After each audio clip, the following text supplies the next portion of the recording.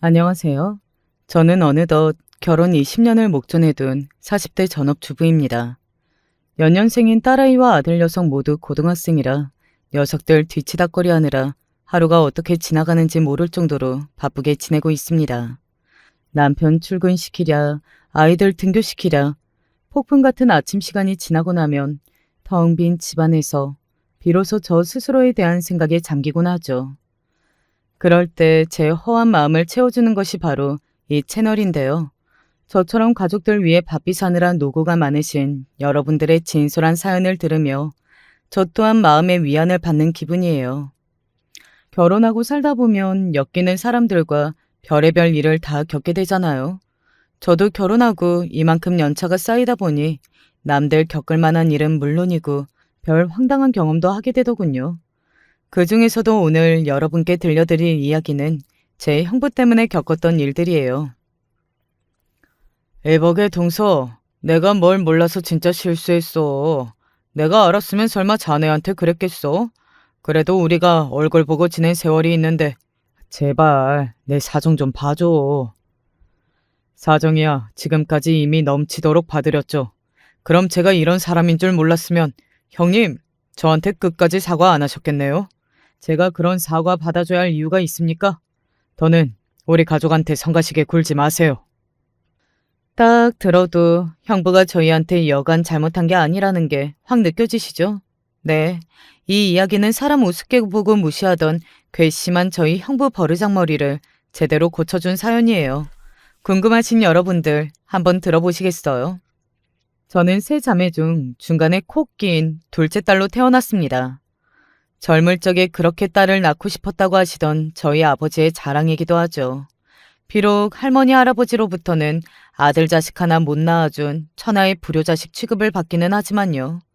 지금이야 딸 바보니 뭐니 하면서 아들보다 딸을 더 선호하는 집안이 많아졌다고는 하지만 저희 태어날 쯤만 하더라도 아직까지는 무조건 집안의 대를 이을 아들 하나 정도는 있어야 한다고 생각하는 게 당연하게 받아들여졌으니까요.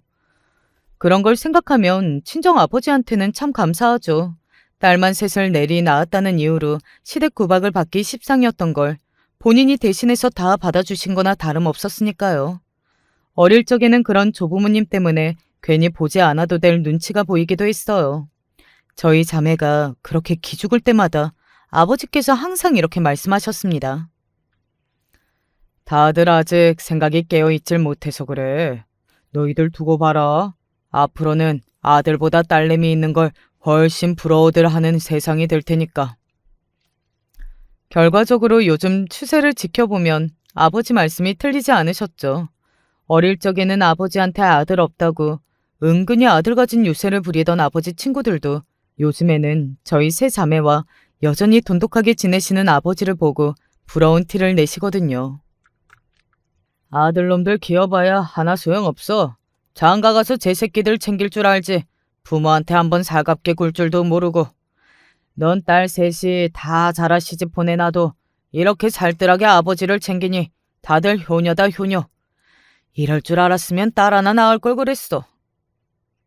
그래도 그럴 것이 저희 세 자매 모두 친정 가까운 곳에 살면서 내 집 드나들듯 친정에 부지런히도 들락거렸거든요.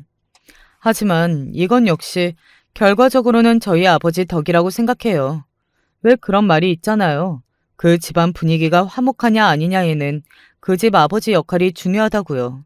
저희 세 자매라고 아버지가 권위적이고 무서운 분이셨으면 그렇게 친정에 자주 발걸음을 하고 싶었겠어요. 어릴 적부터 우리 딸들이 최고라고 어디 가서 기죽지 않도록 저희 자매들 자존감을 높여주고 항상 친구처럼 친근한 아버지셨기에 친정 분위기도 저희 자매 사이도 돈독할 수 있었다고 생각해요. 이건 비단 저 혼자만의 생각이 아니라서 언니도 동생도 항상 감사하다는 마음으로 저희 아버지 어머니께 애정을 갖고 살고 있고요. 그러다 보니 저희 친정이 식구들끼리 유대감이 참 높은 편입니다. 각자 결혼해서 다들 가정 일구고 사는 지금도 워낙 결혼 전처럼 가깝게들 지내니까 자연히 저희 남편들도 서로 얼굴 볼 일이 잦아질 수밖에 없죠. 저희 남편도 처음 저한테 장가 들었을 때는 저희 집안 분위기에 적잖이 당황했었거든요. 그도 그럴 것이 시댁은 시아버지가 남편이 어렸을 때부터 엄하신 편이었기 때문에 수더분한 저희 아버지 성격이 익숙하게 느껴지지는 않았을 거예요. 하지만 덕분에 저희 남편도 금세 저희 집안 분위기에 적응할 수 있었습니다. 사실 나뿐만 아니라 내 친구들 아버지 중에서도 우리 장인어른처럼 살가우신 분들이 잘 안 계시거든. 우리 또래 부모님들이 원래 좀 그렇잖아. 남자는 남자다워야 한다고 생각하고 식구들에게 다정하게 애정 표현을 잘하는 걸 남자답지 못하다고 생각하시고, 사실 우리 장인어른처럼 자기 감정에 솔직하고 자기 식구들한테 잘하는 게 진짜 남자다운 건데. 나도 장인어른 보면서 많이 배워. 우리 애들 키우면서도 나도 장인어른 같은 아버지가 되어줘야겠다는 생각도 하고, 우리 애들 시집 장가 다 보내고 나서도 자기네 집안처럼 지낼 수 있다면야 나로서는 더 바랄 것도 없어.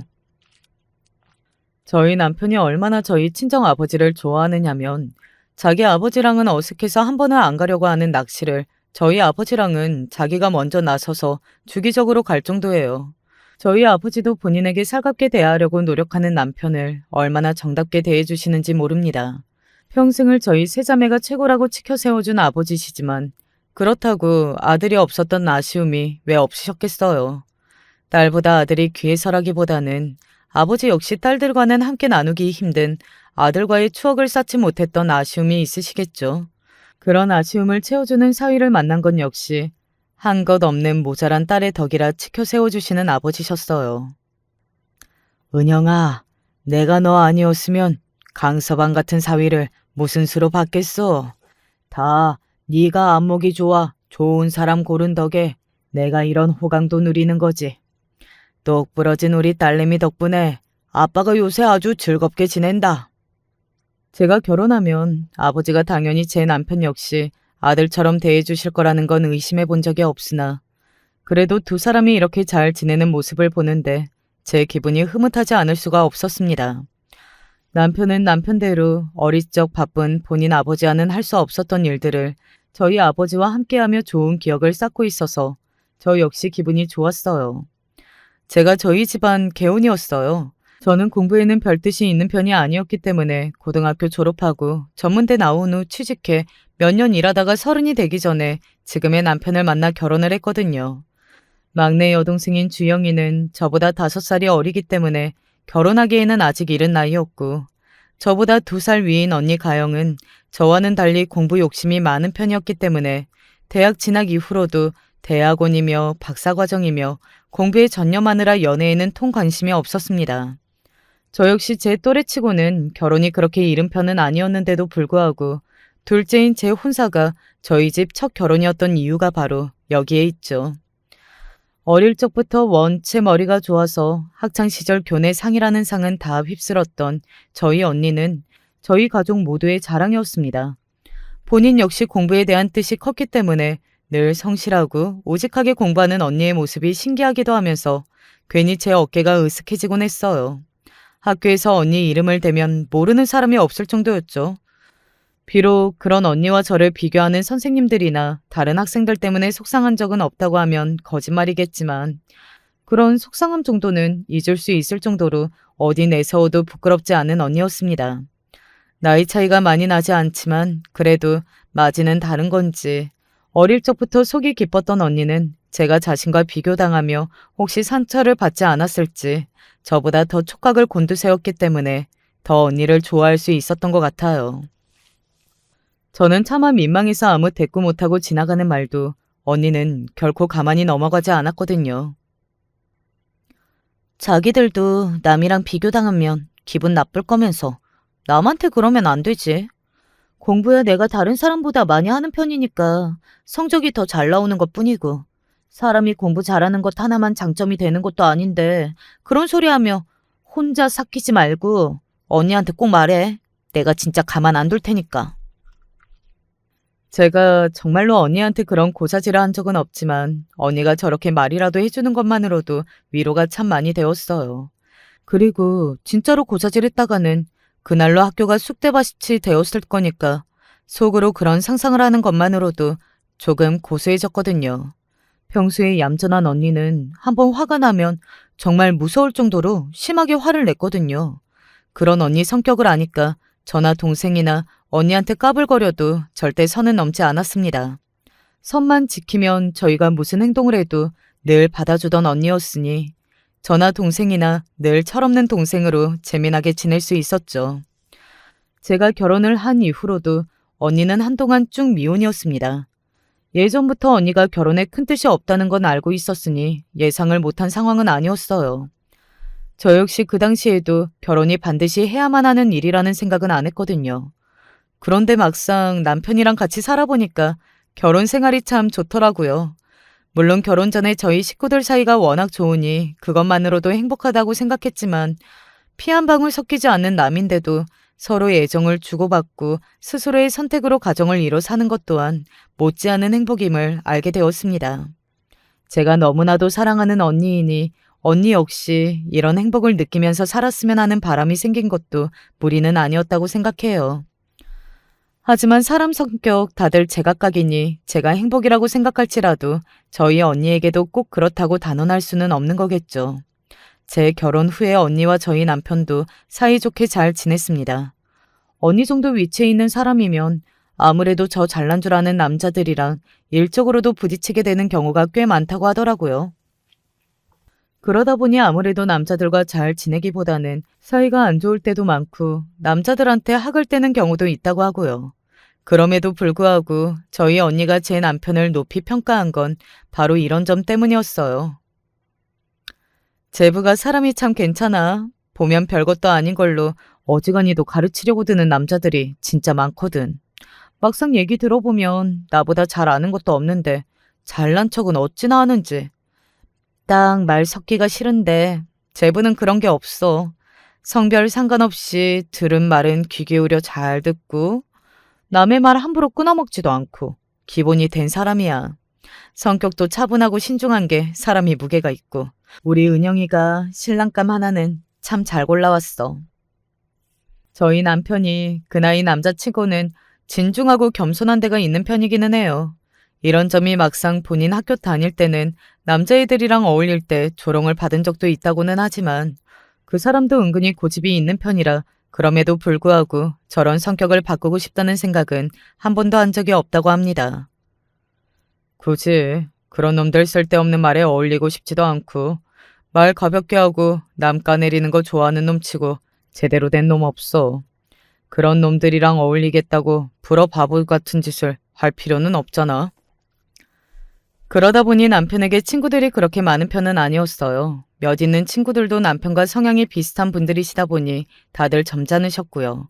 아내인 제 입장에서야 남편이 시끄러운 친구들과 술 퍼먹고 놀러 다니거나 만취해 집에 들어오는 일 같이 싸울 만한 일은 벌이지 않으니 좋았죠, 뭐. 그런 언니 나이가 슬슬 마흔에 가까워져 오니 친정 어머니께서는 걱정이 되셨나 봅니다. 그동안 언니 하는 일에 한 번도 싫은 말씀을 하신 적이 없는데 은근히 결혼하길 바라시는 말들을 자주 하기 시작하셨어요. 그러거나 말거나 본인 마음 먹은 일에는 굽히는 법이 없는 언니는 듣는 둥 마는 둥 하셨지만요. 너도 그렇고 막내인 주영이도 이제 시집가서 가정 이뤘는데 제일 큰 게 저러고 있으니 아휴 요새 내 속이 말이 아니야.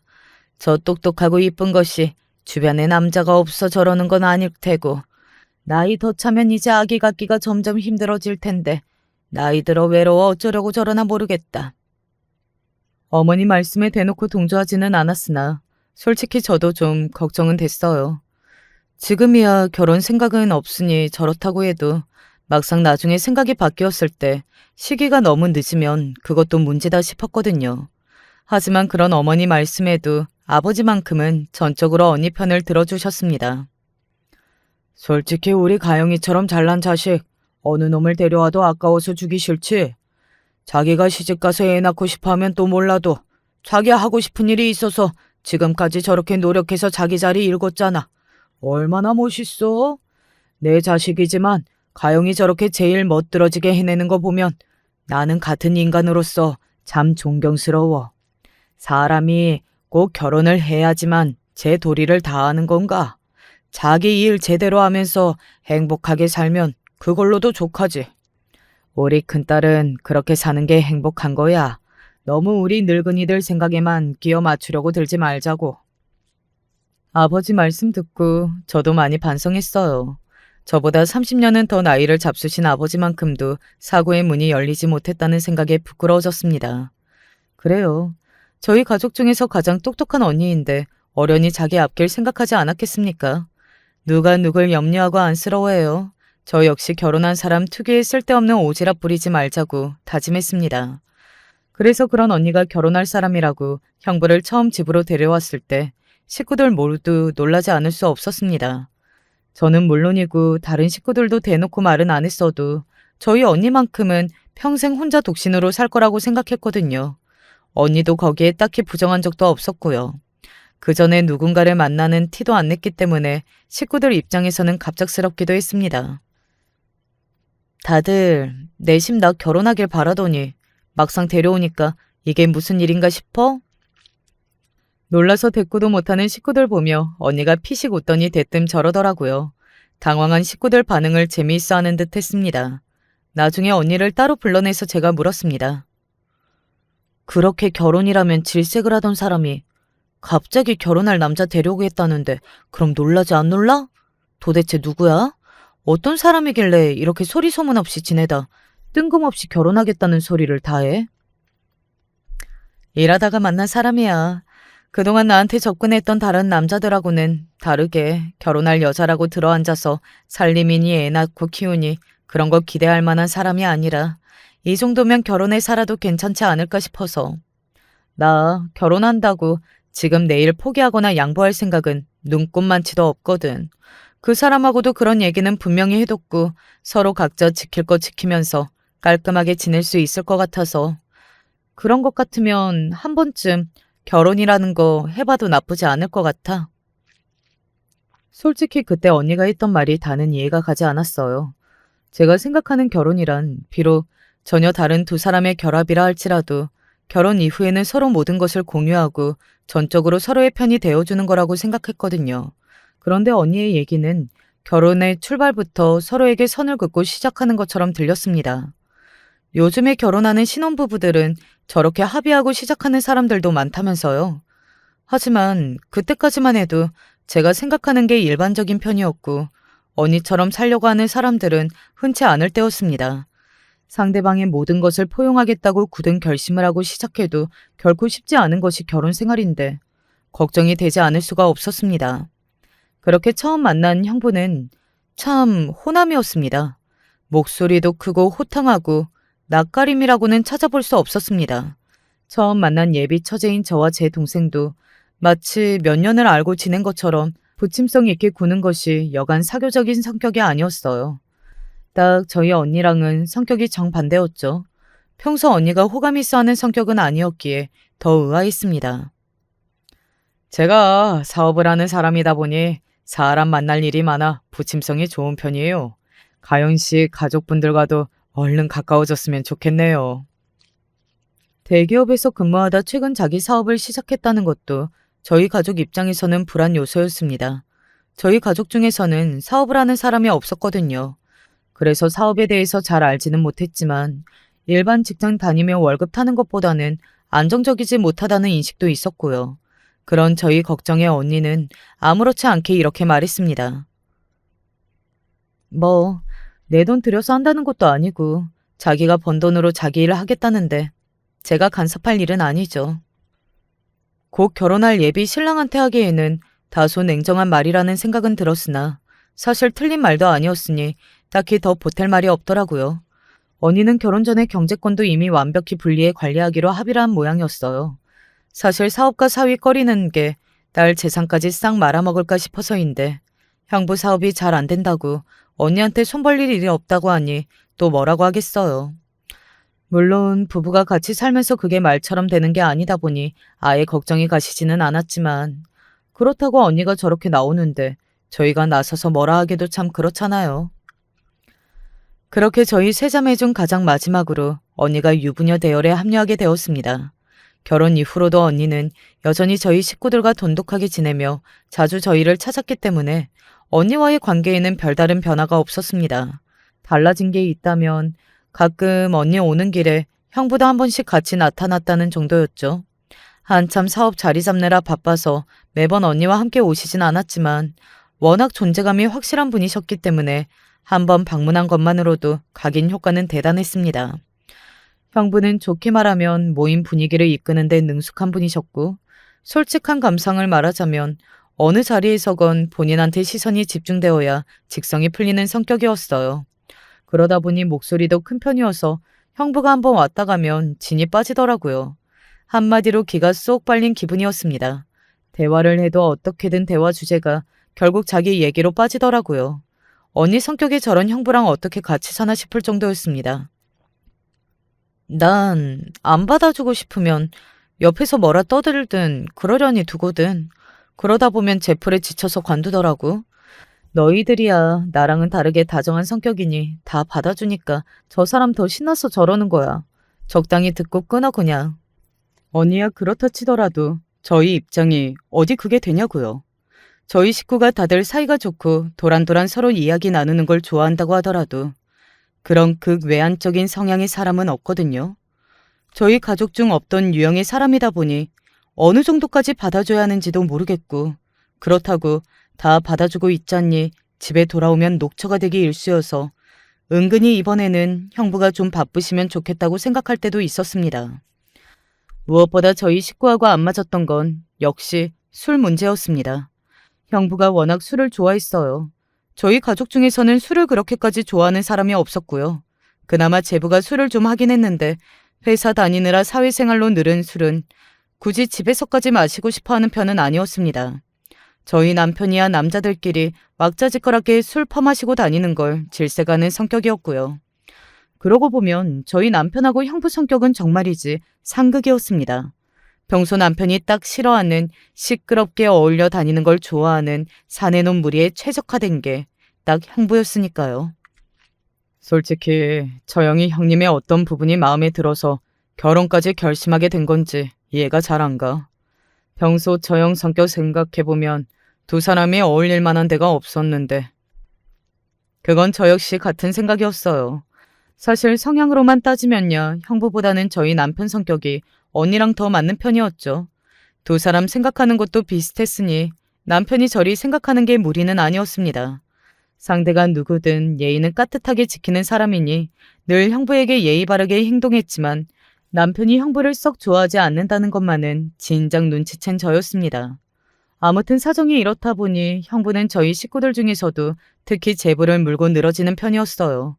그즘 자꾸 제 남편을 술자리에 불러내서 좋아하지도 않는 술을 먹인다며 동생이 불만이 이만저만이 아니었거든요. 제부도 과음을 좋아하지 않았지만 그렇다고 손이 동서가 불러내는데 그걸 거절할 만한 성격은 아닌지라 두 사람이 어울리는 일이 잦아지고 있었습니다. 형부도 눈치가 있는데 제 남편과 서로 맞지 않는다는 것쯤이야 진작 파악을 했겠죠. 아무래도 그래서 더 보란듯이 제부를 끌고 다닌 것도 있는 것 같아요. 그래도 남자가 사회생활하면서 술은 할 줄 알아야지. 너무 그렇게 사람이 꼿꼿해도 안 좋아. 꼭 필요한 자리에서 한두 잔쯤은 저도 합니다. 굳이 먹지 않아도 될 술을 필요 이상으로 마시는 걸 좋아하지 않을 뿐이에요. 은근히 남편을 무안주려는 말에도 남편은 자기 할 말은 다 했습니다. 그런 점이 형부 입장에서는 더 마음에 안 들었겠죠. 보면 볼수록 상극인 두 사람이었습니다. 저희 아버지가 특히 예뻐하는 사이가 저희 남편이었다는 것도 형부 입장에서는 별로 마음에 들지 않았을 거예요. 물론 저희 아버지가 사위들 차별하는 분은 아니셨지만 그래도 가장 의지하는 사위가 저희 남편이라는 건 맞았거든요. 자기는 그렇게 변죽 좋게 다가가도 그저 허허 웃고 마시는 저희 아버지가 저희 남편에게는 마치 장남에게 의지하듯 하시니 손이 동서 입장에서는 자존심이 좀 상하셨을지도 모르는 노릇이었고요. 그렇다고 해서 제 남편이 형부에게 딱딱하게만 구는 건 아니었어요.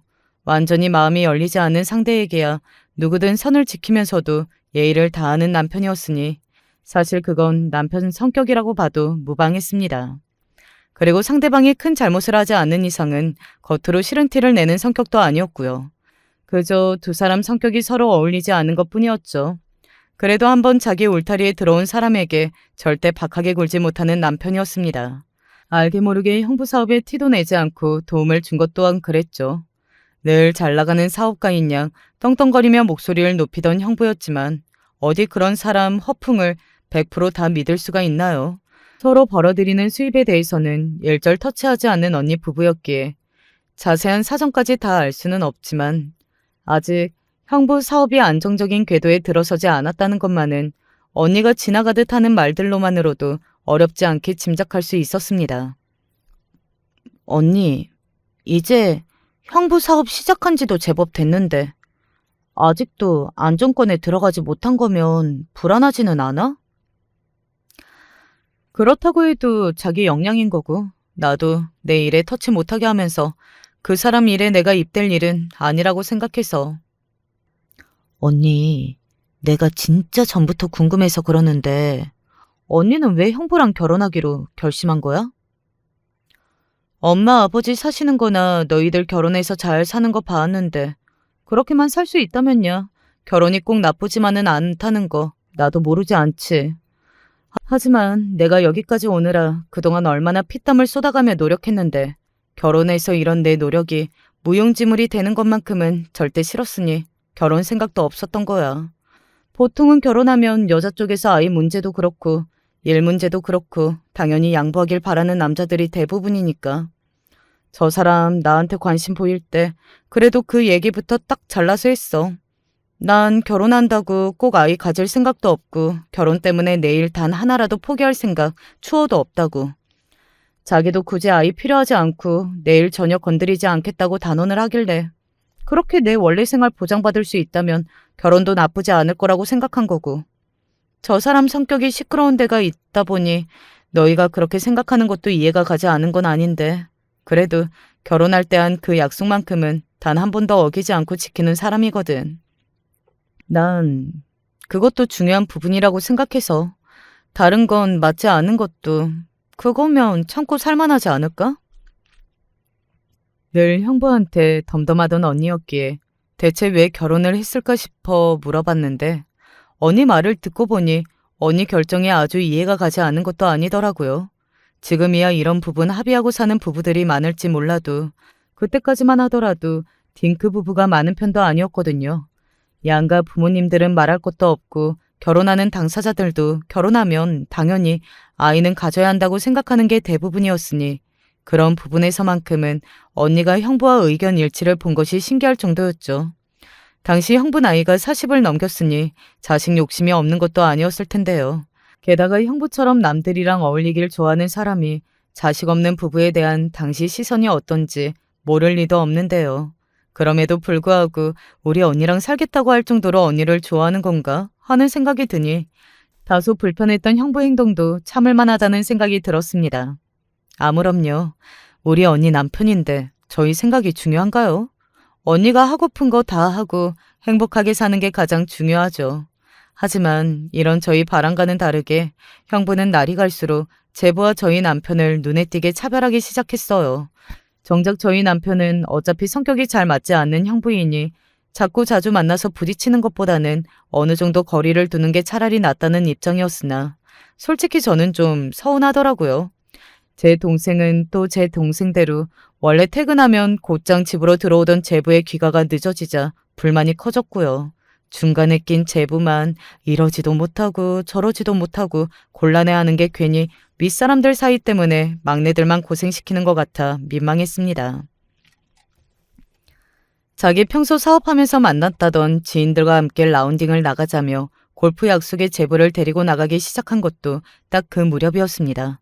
제부가 서글서글하게 어지간하면 사람들 기분 맞춰주며 둥글둥글하게 잘 지내는 사람이긴 했습니다만 평일에 땡볕에서 돌아다니며 모르는 사람들과 친분 쌓는 걸 즐길 만큼 활동적인 사람은 아니었거든요. 대학 때 영화감상 동아리를 통해 만난 캠퍼스 커플인 동생 부부는 그런 정적인 취미 활동이 특히 잘 맞는 편이었어요. 형부야 자기가 제부 인맥도 넓혀주고 비교적 고급 스포츠에 해당되는 골프회까지 입문시켜주어 잘해주는 거라고 생각했겠죠. 하지만 그것도 다 사람 성향 따라 다른 것 아니겠습니까? 모르긴 해도 제부 입장에서는 편히 쉴 수 있는 주말마다 제 성격에 맞지도 않는 골프장 따라다닌다고 여간 고역이 아니었을 거예요. 큰언니, 내가 이렇게까지 말하고 싶지는 않았는데 형부, 우리 남편 좀 적당히 불러내라고 한마디 좀 해주면 안 돼? 우리 애들하고 주말 약속 다 잡아놨는데 갑자기 골프장 가자고 불러내고 애들이랑 보내기로 했다고 하면 기껏 신경 써줬는데 어쩌고 하면서 우리 신랑 입장에선 거절하기도 뭐하고. 솔직히 그 사람 골프장 가는 거 별로 좋아하지도 않는단 말이야. 최근에 신랑이랑 애들이랑 주말에 시간 보낸 게 언제인지 기억도 안 나. 동생이나 제부나 소심한 데가 있는 사람이라서 대놓고 속에서 하고 싶은 말을 꺼내놓는 게 손에 꼽게 드문 편이었어요.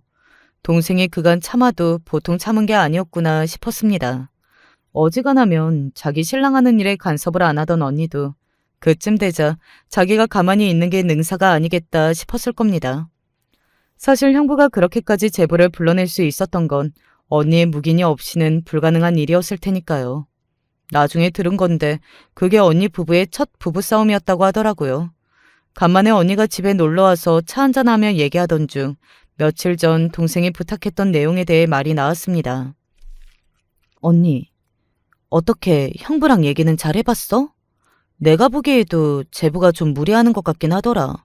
우리 남편이랑 형부가 그렇게 가깝게 지내지 못해서 괜히 가운데 낀 제부가 새우등 터진 것 같기도 하고. 나도 좀 신경 쓰이더라고. 제 말에 언니가 한숨을 푹 내쉬었습니다. 평소 같지 않은 언니 모습에 뭐가 잘 안 됐구나 싶었죠. 말도 마. 내가 제보도 가정이 있는 사람이니 좀 자제하라고 했다가 별의별 소리를 다 들었다. 왜? 형부랑 싸웠어? 결혼할 때 서로 일은 터치하지 말자고 한 건 내가 먼저인데 이제야 와서 왜 딴소리 하냐는 거야. 아니, 자기 때문에 우리 친정 식구가 곤란해하는데 그럼 내가 얘기를 하지. 누가 얘기를 해? 내가 언제 자기 일하는 거나 사업 갖고 뭐라고 했어? 가정 있는 집 가장 불편해하니 그만 좀 불러내라고 얘기해. 결혼 전 약속까지 들먹일 일이야? 그쪽에서 좋아하면 또 몰라. 손이 동서이니 마지못해 어울려주는 걸 무슨 자기가 대단한 은혜라도 베푸는 것처럼 얘기하는 것도 기가 찰파네. 언니가 원래 남에 대해 불만을 저렇게 늘어놓는 사람이 아니에요. 우리 언니도 결국 이 결혼 지옥에 발을 들여놓았구나 하는 생각과 동시에 형부가 너무했다는 생각이 들었어요. 솔직히 저희 언니 말이 틀린 게 하나도 없지 않나요? 자기도 자기보다 나이 많은 사람이 원치도 않은 호의 베풀면서 주말마다 억지로 불러내면 좋아라 안 할 거면서 제부가 자기보다 손 아래 동서라고 너무 만만하게 생각하면서 자기 좋을 대로만 하고 있잖아요. 그래서 언니가 참다 못해 한마디 한 걸 가지고 저렇게 나오는 게 너무 속 좁게 느껴졌습니다. 저 역시 언니가 못한 말 한 건 절대 아니라고 생각했으니까요. 언니가 그런 일이 있어서인지 형부가 보란 듯이 더 제보를 불러내기 시작했습니다. 아무래도 그걸 결혼 후 주도권을 잡기 위한 기싸움으로 받아들인 것 같았어요. 괜히 중간에서 제부만 곤란하게 되었죠. 그쯤 되니까 언니도 제부와 동생에게 이러더라고요. 괜히 나 때문에 그 사람이 곤란한 요구한다고 참고 받아줄 거 없어. 배려도 쌍방 개념인 거지. 자기는 너희들 배려 안 해주면서 자기가 뭐라도 해달라는 대로 다 해줘야 해? 나 신경 쓸 거 없으니까 앞으로 아무 때나 불러낸다고 일일이 다 들어줄 필요 없어. 동생이야 확실하게 언니 허락이 떨어졌으니 잘됐다 하는 표정이었지만 원하든 원치 않았든 어쨌든 간에 형부에게서 이것저것 받은 게 제법 되었던 제부는 여전히 곤란한 표정이었습니다. 주변에서 아무리 이런저런 말 해봤자 당사자인 제부가 가장 껄끄러웠겠죠. 그동안 곤란한 것도 모자라서 언니 부부 싸움에게까지 애매하게 끼게 된 제부만 안 된 일이었어요. 하루는 여동생이 얘기 좀 하자길래 오랜만에 여동생네 집으로 갔더니 집에 들어서자마자 동생이 대뜸 웬 골프채를 하나 보여주더라고요. 요즘 자주 형부 따라 골프장에 갔던 제부인이 동생 몰래 골프채라도 샀다가 걸린 건가 싶었는데 동생이 말했습니다. 언니, 이거 얼마짜리인 줄 알아? 묻는다고 골프에는 문외 아닌 제가 뭐라고 답하겠습니까? 어리둥절한 표정만 짓고 있는 제게 동생이 부활을 터뜨렸습니다. 이게 원가가 500만 원이 넘는데 무슨 돈 500이 한두 푼도 아니고. 500? 야, 비싸긴 비싸구나. 골프에 대해 잘은 몰라도 비싼 골프 장비가 수백만 원에서 비싼 것은 수천만 원도 한다는 소리는 어디선가 주워 들은 적이 있었습니다. 내키지 않는 골프 모임임에도 그간 본 것이 있어 제부가 뒤늦게 장비 욕심이라도 생겨 사고를 쳤나 싶었죠. 제부가 이렇게 비싼 걸 산 거야? 그 사람이 돈이 어디 있다고 이런 걸 사. 이거 형부한테 받은 거야. 형부가? 이 핑계 저 핑계 대며 안 나가보려는 것도 어디 하루 이틀이어야지. 내가 하다못해 장비도 제대로 못 갖췄으니까 골프는 이제 그만하는 게 좋겠다는 핑계라도 대라고 했더니 덜컥 이걸 받아온 거 있지? 아니, 이런 걸 안겨주는 형부도 그렇고 그렇다고 이 부담스러운 걸 냉큼 받아오는 그 사람은 또 뭐야? 사정을 들어보니 동생 말을 그대로 가져와 거절하는 제부에게 형부가 고급 골프채를 중고로 구해다 줬다는 겁니다. 주변에 골프 치는 지인들이 천지이니 장비 새로 바꾼 지인네 안 쓰는 골프채를 원가보다 싸게 주고 사서 제부한테 선물했다는 거예요. 중고라고는 하나 워낙 고가의 제품이다 보니 중고가도 만만치 않을 터였습니다. 이걸 덜컥 받아버렸으니 동생과 제부 입장에서는 비싼 애물단지를 억지로 끌어안은 거나 다름없었죠. 그래도 사람 도리가 저런 고가의 선물을 받아놓고 입 싹 닫기도 곤란하고 그렇다고 저걸 쓰자니 가고 싶지도 않은 형부의 골프 약속을 매번 나가줘야 할 테니까요. 뭐 사실 형부가 노린 게 그런 거 아니겠습니까? 형부도 눈치가 뻔한데 제부가 골프 별로 안 좋아하는 걸 눈치 못 챘을 리가 없어요. 이쯤 되면 동생 부부 입장에서도 괴롭힘이 따로 없을 지경이었죠. 어쩌다 저희 친정에 사위 셋이 모두 자리하게 될 때면 이런 불편한 상황이 끊이질 않았습니다. 저희 남편하고는 이미 감정의 골이 깊어가고 있었으니 저희 남편 들으라는 듯이 제부와의 친분을 더욱 과시하는 형부였습니다. 동서, 저번 라운딩에서 보니까 거세 실력이 많이 늘었던데? 거 봐, 내가 뭘 했어? 장비 제대로 된 걸 쓰면 비거리도 훨씬 잘 나올 거라고 그랬잖아. 가만 보면 소질 있다니까. 아하하하. 예, 덕분에 좋은 성적 나온 것 같아요. 제 남편과 형부 사이에서 눈치를 보느라 식은땀을 삐질삐질 흘리는 제부를 보니 딱하다 싶었습니다. 형부 때문에 눈칫밥만 늘어나는 제 남편을 보는 동생 표정도 좋지 않았죠. 언니 결혼 전까지는 다들 잘만 지내서 갈등이라고는 없었던 집안에 자꾸 불편한 분위기가 조성되니 어디 저희 아버지라고 마음이 편하셨겠어요. 제부는 제부대로 고생이고 보란듯이 형부가 제 남편 성질을 긁어보겠다고 저러고 있는 상황에서 저희 아버지라고 형부가 예뻐 보이질 않으셨겠죠. 그렇게 저희 아버지가 좀처럼 형부에게 마음을 잘 열지 못하실수록 그 화살을 제 남편 쪽으로 돌리는 형부였어요. 자꾸 우리 때문에 집안 분위기만 나빠지는 것 같아서 내가 미안하네. 저 사람 저럴 거 뻔해서 내가 얘기 안 하고 혼자 오려고 하는데 무슨 이상한 오기를 부리는 건지 어째 예전보다 더 따라붙으려고 하는 것 같아. 전에도 그 문제 때문에 싸웠는데 이제 와서 언니 말이 먹히겠어요. 다른 문제로는 한 번도 부딪힌 적이 없다가 최근 들어 자꾸 어깃장을 놓는 형부 때문에 언니라고 기분이 좋지 않았을 겁니다. 그러던 와중에 형부 생일이 가까워졌어요. 저희야 뭐 의례적인 수준으로 성의 표시만 해도 충분하다고 생각했지만 어쨌든 그런 고가의 골프채까지 받은 동생네가 아주 곤란해했습니다. 그래도 받은 게 있는데 그 비슷한 수준은 준비해야 했을 테니까요. 가뜩이나 이래저래 돈 나갈 때도 많은데 그놈의 골프채 때문에 내가 진짜 골머리가 아파 죽겠어. 왜 안 그랬겠어요. 솔직히 저희 같은 평범한 집안에서 형부 생일 선물로 몇백만 원씩이나 쓰는 거금을 쓰게 생겼는데 속이 쓰리지 않으면 그게 더 이상하지 않겠어요. 이건 선물이 아니라 거의 빚 갚는 거나 다름없었습니다. 저 역시 동생이 저렇게 고가의 선물을 고민하고 있는데 형부 선물이 신경 쓰이지 않을 수가 없었습니다. 그런 고민을 하는 저한테 남편이 이렇게 얘기했습니다. 그것도 처제 쪽 사정이 그런 거지. 우리까지 거기에 맞출 필요는 없지. 평소에 그렇게까지 교류가 있었던 것도 아니고 그렇다고 우리가 형님한테 그 정도로 신세진 적도 없는데 그건 과하지 않겠어? 그래도 솔직히 신경이 안 쓰일 수가 없네. 하다 이런 걱정을 다 하게 되고 어쩌다가 이 지경까지 됐는지 모르겠다. 답답한 마음의 한 푸념이었는데 제 말에 남편 표정이 어두워지더라고요. 아무래도 이 모든 일들이 형부와 남편 사이에 껄끄러워서 생기게 된 일이다 보니 자기를 책망하는 말로 받아들였을지도 모르겠어요. 저한테 그런 의도가 없었다고 해도 말입니다. 이내 남편이 말했습니다.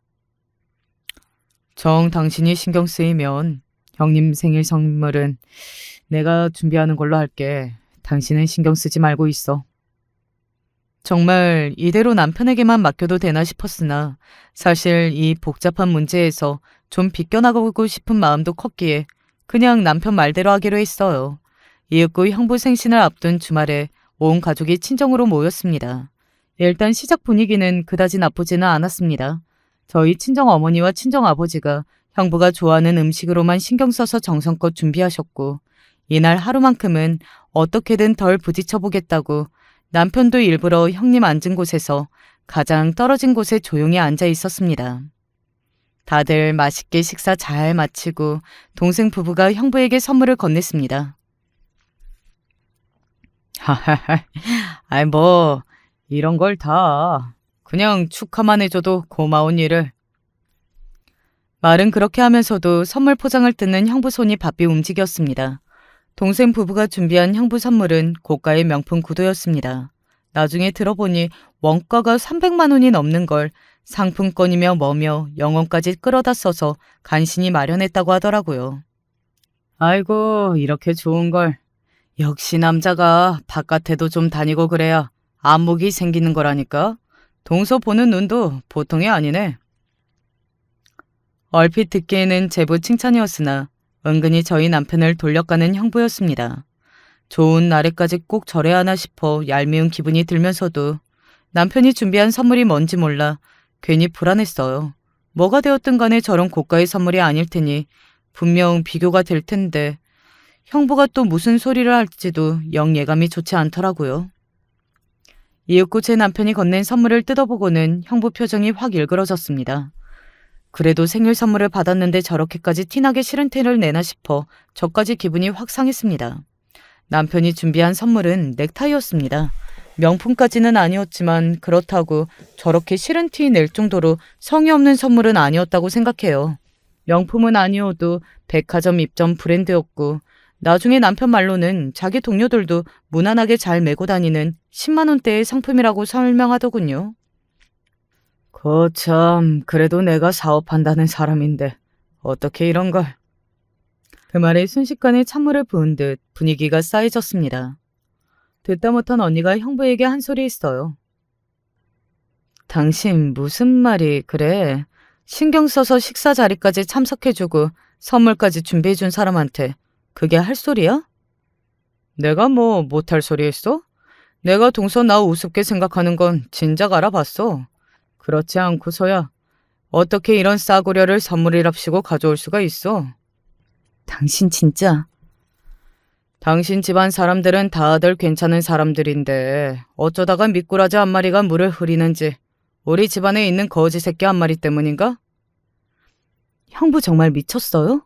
지금 누굴 보고 거지 새끼라는 거야? 순간 화를 참지 못한 제가 형부에게 고함을 질렀습니다. 세상에, 저건 선을 넘어도 한참 넘은 거 아닙니까? 감히 누구 앞에서 제 남편 보고 거지 새끼라는 거예요. 당사자보다 더 열이 받아 길길이 날뛰는 저를 막아선 건 다름 아닌 제 남편이었습니다. 여보, 그렇게 열 올릴 거 없어. 그러더니 형부를 차갑게 내려다본 남편이 안주머니에서 명함 하나를 꺼내 형부 앞에 툭 던졌습니다. 그러는 동안에도 심술이 덕지덕지 붙은 얼굴로 우스운 인간 보듯 저희 내일을 올려다보던 형부 얼굴이 명함을 힐끔 보고는 순식간에 피키가 싹 가셨습니다.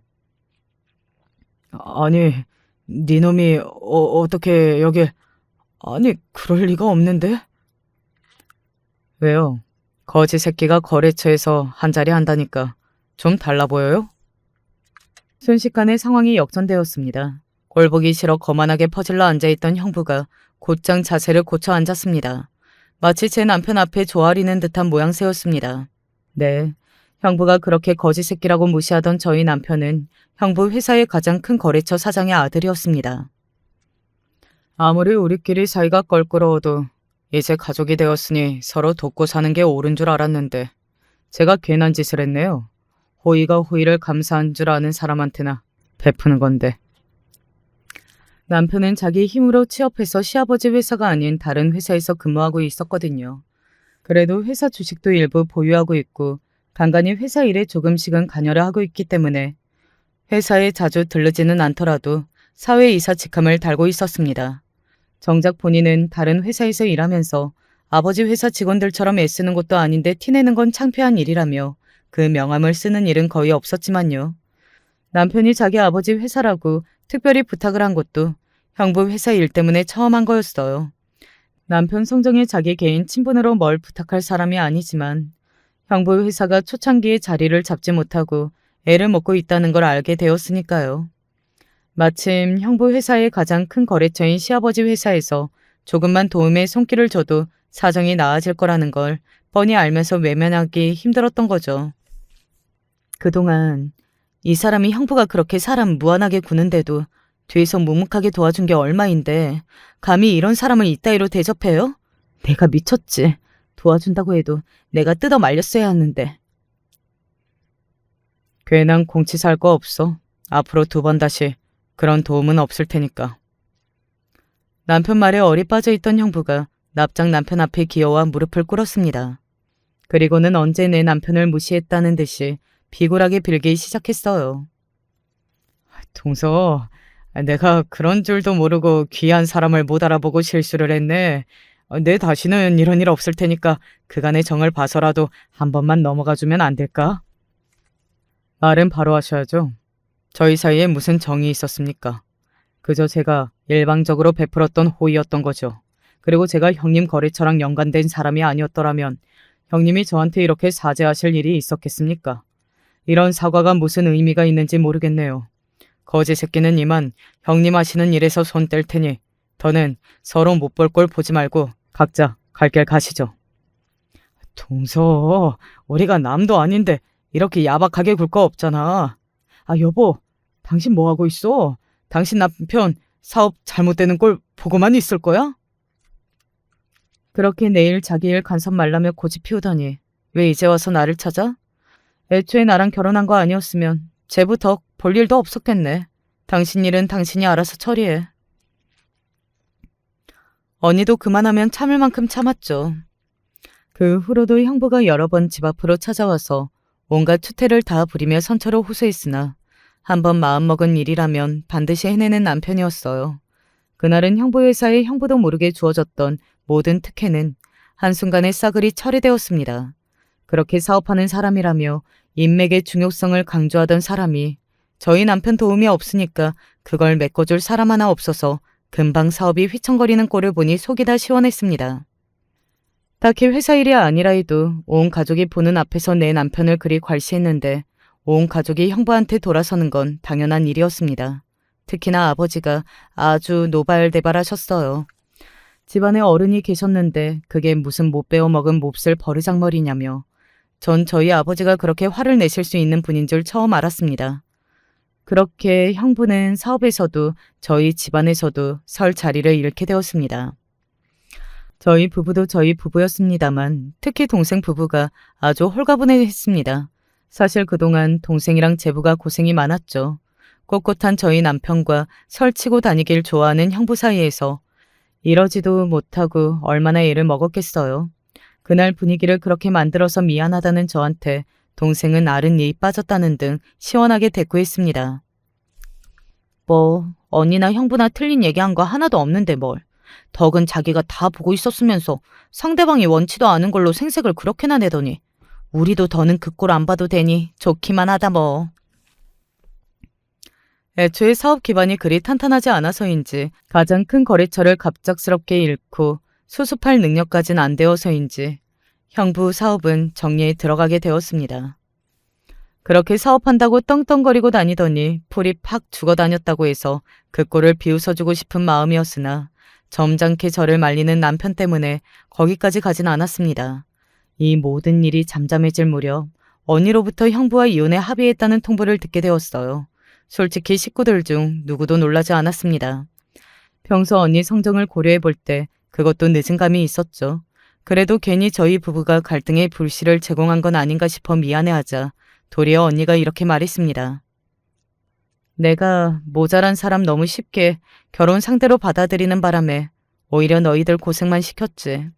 나랑 결혼하고 싶은 마음에 아쉬울 때는 내 의견이라면 다 따라줄 것처럼 굴더니 자기 심기 거스르니까 바로 치졸하게 나오는 걸 보고 나도 정이 다 털렸어. 아무래도 내가 결혼이라는 제도에 맞는 사람은 아닌가 봐. 한번 겪어본 걸로 충분하니 나 하고 싶은 일 하면서 내 뜻대로 살려고. 언니 말대로 언니는 여전히 공부를 게을리하지 않으며 차근차근 착실히 경력을 쌓아가고 있습니다. 사람 하나 빠져나갔다고 이렇게 평화로워질 수가 있나 싶을 정도로 저희 식구들 역시 돈독하게 잘 지내고 있고요. 그런 사람 없는 게 100번 낫다는 건 저 혼자만의 생각은 결코 아닐 거예요. 그렇게 이제는 전 형부가 된 그 사람과 저희 가족 이야기는 여기까지입니다. 앞으로도 2번 다시 만날 일 없었으면 좋겠어요. 제 이야기 끝까지 들어주신 여러분들 모두에게 감사드립니다.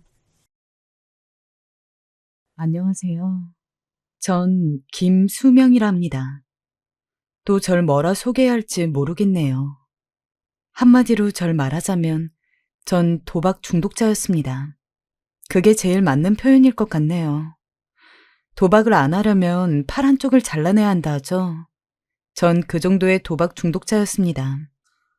또 오늘 여기 제가 사연을 쓴 건 제 인생에서 받은 감사함과 사랑을 전하기 위해 이렇게 쓰게 되었습니다. 제가 도박을 처음 시작했던 일부터 거슬러 올라가 이야기를 시작해야겠죠. 처음 도박을 시작한 건 그냥 친구 따라 재미삼아 해본 것이었습니다. 당시 정확히 제 처지를 말하자면 저는 아내도 있고 딸도 있는 한 집안의 가장이었어요. 하지만 가장다운 가장은 아니었죠. 회사에선 성과를 내지 못해 나가라는 눈치를 계속 주었고 집에 들어와선 저보다 더 힘들게 일하는 아내의 눈치를 보았어요. 그러다 저는 회사에서 큰 실수를 하게 되어 잘리게 되었고 주변 사람들의 연민 어린 눈길을 받으며 나와야 했습니다. 마지막 제게 종이자락을 던지면서 했던 상사의 말이 기억나네요. 이봐, 김수명 씨. 당신은 어디 가서든 일하면 안 되는 사람이야. 당신 같은 사람은 사회 악이라고. 기생충처럼 빌붙어서 회사 돈이나 쪽쪽 빨아먹을 생각밖에 안 하는데 누가 당신을 써주겠어? 어? 차라리 집에서 애나 보면서 놀아, 어? 모든 직원들이 있는 앞에서 그 말을 고스란히 듣고도 전 아무 말 못했어요. 크나큰 수치심이 느껴졌지만 그냥 상사의 말대로 나는 쓸모없는 인간이라는 말만 기억하면서 상처만 한가득 껴안고 나왔죠. 마침 비는 또 추적추적 오는데 왜 괜시리 눈물이 나는지. 담배를 피울 기운조차 없어 전봇대에 기대어 엉엉 울고 말았습니다. 10년 이상 근속했던 회사에서 마지막으로 들은 말이 이런 말이라니, 이런 대접이라니. 청춘 다 바쳐 들어간 회사였지만 결국 부품 취급받고 나온 제 신세가 그리도 처량할 수가 없었어요. 여보, 있잖아. 당신 출근할 때 됐네? 얼른 밥 먹어. 늦지 말아야지. 저번에 지각해서 한 소리 들었다며. 아, 알겠어. 고마워. 처음엔 저도 아내에게 사실대로 말하려 했습니다. 회사에서 잘렸다고. 그런데 집에 들어와 아내에게 이걸 말하려는 순간 제가 받을 온갖 구박과 질타를 생각하니 정말 말하기가 싫더군요. 그래서 차마 아내에겐 말하지 못하고 다음날 아침 회사에 나가는 척하며 집 밖으로 나왔습니다. 정처 없이 길을 걷는데 참 40대 아저씨가 갈 곳이 없더군요. 술이라도 먹고 싶은데 술집은 다 문을 닫았고 그래서 공원을 한 바퀴 돌고 만화방을 가고 이곳저곳 걸어다니다가 발견한 곳이 우중충한 간판이 걸려있는 PC방이었어요. 그래, 저기다 싶었어요. 저기 가서 시간이나 채우다 집에 들어가면 되겠다 생각했죠. 그런데 제 처지라한 친구가 PC방으로 절 찾아왔고 친구는 도박이나 하면서 기분을 달래라며 제게 10만 원을 주고 갔습니다. 그게 화근이었죠. 한 번 시작된 도박은 멈출 수가 없었거든요.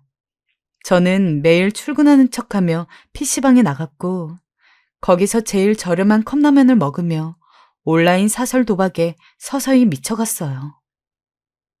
아빠, 언제 와? 어? 아빠, 이제 곧. 아빠, 오늘 내 생일이잖아. 설마 잊은 건 아니지? 생일? 아이, 그럼 당연히 안 잊었지. 아빠 곧 들어가. 그놈의 도박에 미쳐 딸 생일도 있고 도박을 하기 위해 생리현상도 참고 먹는 것까지 줄일 정도였으니 이미 저는 중독에 가까웠어요. 지금 생각해보면 도박을 하게 된 데는 심리적인 이유도 있었습니다. 도박을 할 때만큼은 모든 걸 다 잊을 수 있었던 것 같아요. 실직한 가장이라는 것도, 무능력하다는 것도, 제가 패배했다는 것도, 또 적은 돈으로 큰 액수를 딸 때는 얼마나 황홀한지 마치 세상을 다 가진 것 같았어요. 그곳에선 그 누구도 저를 만만히 볼 수가 없었죠. 저는 그 맛에 완전히 중독되어 버린 것 같았어요. 하지만 도박이 그렇듯 한 번 따면 저는 그 돈을 또 넣으면서 크게 번 돈을 몽땅 잃어버렸어요. 그러다 보니 저는 더 나락으로 떨어졌습니다. 대부업체에서 비싼 이자로 대출을 하게 되었고 결국 빚이 산더미처럼 불어나더니 빚 도초장이 집안에 날아오기 시작했어요. 그리고 아내가 모든 걸 알아버렸습니다. 남편이 회사에서 잘리고 심지어 빚까지 졌다는 것을 말입니다. 아내는 저의 빚을 알게 되고 난 후 처음으로 아빠로서 그럴 수 있냐며 성을 내고 엉엉 울었습니다. 당신 어떻게 그럴 수가 있어? 나 당신 하나 믿고 우리 엄마 반대 다 물리치면서 시집왔어. 근데 뭐? 도박? 당신 정말 미친 거 아니야? 사람으로서 어떻게 그래? 어떻게? 나랑 내 딸은 앞으로 이제 어떻게 살라고? 미안해. 그리고 아내는 곧바로 짐을 싸 딸을 데리고 친정으로 가버렸습니다. 엄마 왜 울어? 우리 왜 할머니 집 가는 거야? 아빠, 말 좀 해봐. 너무 가슴이 아팠던 건 마지막으로 딸아이가 집을 떠나면서 절 보는데 그 눈빛에 뭐라 대답할 수가 없어 고개를 돌렸다는 거예요. 아내도 정말 깝깝했을 거예요. 저 하나 믿고 한 결혼인데 남편이 이 모양 이 꼴이라니. 제 아내 그래도 부유한 집안의 외동딸로 자라 음대까지 나온 사람이었어요. 저보다 훨씬 좋은 남자 만날 수 있는 선자리가 많았고 집안 수준 맞는 남자랑 결혼할 수 있는 여자였는데 그저 저 좋다고 저 하나 보고 부모님 반대 물리치고 결혼했다가 저 만나 고생만 지지리 하게 된 거였죠. 그런 제게 늘 장모님이 하시는 소리가 있었어요. 자네, 우리 희영이 데려갔으면 적어도 밥은 굶기지 말고 말썽 피우지 말고 남편 노릇 제대로 해.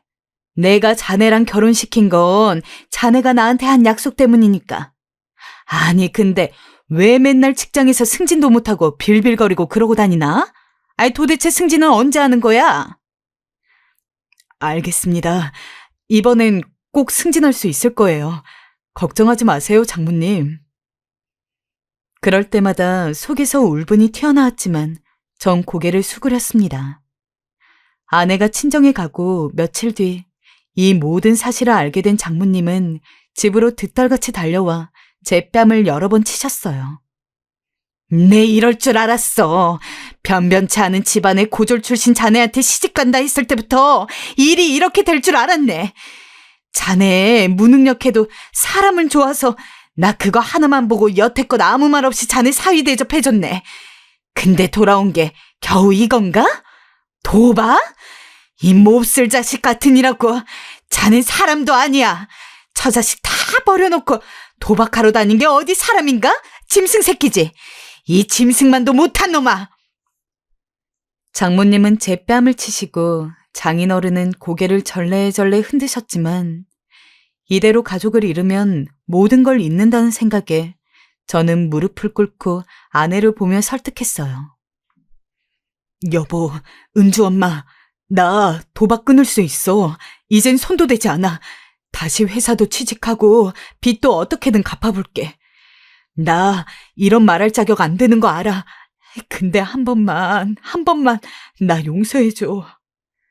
한 번만이라는 말을 얼마나 반복했는지 모릅니다. 저는 한 번만 믿어달라고 애걸복걸했고 아내는 성정이 유약한 사람이라 저를 쳐낼 수가 없었죠. 마지막이라며 절 믿어줬어요. 그러나 전 쓰레기였어요. 며칠은 저도 절 믿어준 아내와 딸아이를 보며 PC방도 가지 않았고 컴퓨터에 손도 대지 않았어요. 그런데 역시나 아내가 잠시 딸과 집 밖으로 외출했을 때 딸아이의 방 안에 있는 컴퓨터가 눈에 들어오더군요. 갑자기 심장이 뛰고 흥분이 되기 시작했어요. 머릿속으로 제가 딸 수 있는 돈들이 계산되더니 정신을 차렸을 땐 이미 눈이 돌아 컴퓨터 앞에 앉아 있었어요. 그렇게 아내가 보지 않는 시간에 도박에 또 손을 대기 시작했습니다. 그리고 결국 돈이 모자라 어머니의 지갑에까지 손을 대면서 그땐 전 처음으로 제가 정상이 아니라는 걸 알았습니다. 이혼해. 당신이랑은 못 살아. 아내의 차가운 말이 귓가에 들려왔을 때쯤엔 후회해도 소용없었죠. 당연히 아내는 제게 이혼 도장을 찍자 말했고 전 할 말이 없었습니다. 평생 당신 걱정하며 살다가 나 수명이 줄어든 것 같아. 나 당신 만나고 마음 편하게 산 적이 한 번도 없었어. 늘 회사에 치여 스트레스 받지. 나하고는 얘기도 잘 안 하려 하지. 당신은 지금껏 아빠도 남편도 아니었어. 그냥 집에 거주하는 하숙인이었지. 이제 우리 남남으로 살자. 남으로 살면서 서로 궁금해하지 말고 지내자. 아내의 목소린 단호했고 정말 진심이었습니다. 그리고 아내의 목소리 안에서 그간 저 때문에 얼마나 힘들었는지 그 고통이 절절히 느껴졌어요. 제가 결혼하고 나서 참 모질이처럼 살았다는 것도요. 일하고 오면 쉬기 바쁘고 자기 바쁘고 주말엔 나가려 하지도 않고. 아내 말이 맞았습니다. 생각해보면 아내 말대로 저는 아빠도 남편도 아니었죠. 그렇게 저는 집에서도 쫓겨나 완전히 혼자가 되었습니다. 그리고 나이 45살에 늙고 병든 어머니 도움으로 고시원에 살 돈만 얻어 거기서 지내게 되었습니다. 여름엔 덥고 겨울엔 너무 추워 열악한 환경이었지만 차라리 전 그곳이 나았어요. 술은 적어도 마음껏 먹을 수 있었고 또 오롯이 혼자였으니까요. 그렇게 전 점점 현실에서 멀어져 갔습니다. 그런데 어느 날 예상치 못한 손님이 찾아왔어요. 바로 형님이었어요. 형은 저와 나이 차이가 많이 나 어렸을 때부터 절 키우다시피 했던지라 절 아들처럼 대하곤 했던 형님이었습니다. 사실상 제겐 제2의 아버지나 다름이 없었죠. 형님을 보자 더 면목이 없었는데 형님은 아내에게 어느 정도 이야기를 들은 터였던지라 제 몰골을 보고도 어느 정도 상황을 이해하는 것 같았어요. 끊어보자. 응? 수명아, 끊을 수 있다. 네 의지만 있으면 돼. 너 빚도 갚아야 하고 해야 되는데 언제까지 이러고 도망다니며 살 거냐. 형이 급한 불은 꺼줄게. 이 돈으로 큰 빚은 갚고 우리 다시 시작해보자.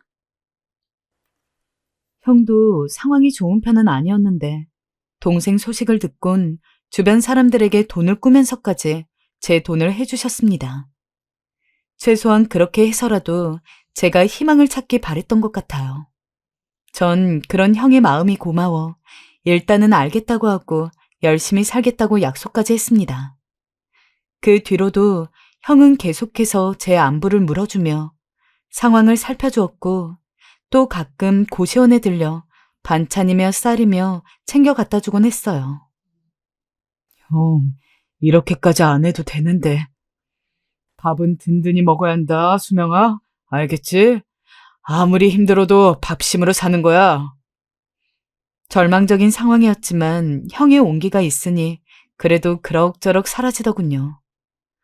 저는 일단 큰 불을 껐으니 나머지 돈을 갚아야겠다 생각하고 정신없이 일자리를 구했습니다. 그런데 나이가 많은 절 써주는 데가 생각보다 없었어요. 당시 취업시장 고용률이 적기도 했고 어떻게든 면접까지 올라가면 다들 곤란하단 표정으로 고개를 내저었습니다. 참 어찌 살아야 할지 너무나 막막했죠. 그렇다고 이 나이에 편의점 알바를 하면서 살 수도 없는 노릇인데 당장 내야 할 월세는 밀려가고 있지, 빚도 불어나고 있지, 궁지에 몰려가는 것 같았습니다. 예전에 친하게 지내던 직장 동료에게 전화를 해보기도 했지만 동료가 소개해준 곳에 막상 가면 월급이 너무 적어 이 돈으론 빚을 갚기에도 생활을 하기에도 너무 부족했습니다. 그러다 보니 저도 지친 걸까요? 원하는 회사에 취직은 안 되고 부탁은 자꾸 거절만 당하니 스스로가 먼지 같은 존재로 느껴지기 시작했습니다. 그러면서 다시 술을 입에 대기 시작했던 것 같아요. 취업을 준비하면선 그래도 술은 안 먹고 말짱한 정신으로 면접도 보러 다니고 했는데 방구석에 있어야 하는 신세가 되니 술 마시는 것 말고는 딱히 할 게 없었습니다. 그러던 어느 날이었어요. 여느 날처럼 형님이 형수님과 함께 와서 반찬과 쌀을 주러 온 날이었는데 제가 술에 잔뜩 취해 자고 있는 걸 보더니 형님이 벌컥 화를 내는 겁니다. 이러려고 돈을 줬는지 아냐, 열심히 사는 모습을 보여야 할 거 아니냐 하면서요. 저는 속도 모르고 그러는 형님이 미워 저대로 싸붙였습니다. 형님, 저도 노력 안 하는 거 아닙니다. 근데 절 써주는 데가 없는 걸 어쩝니까? 제가 이 나이에 그러면 뭐 알바라도 해야 합니까?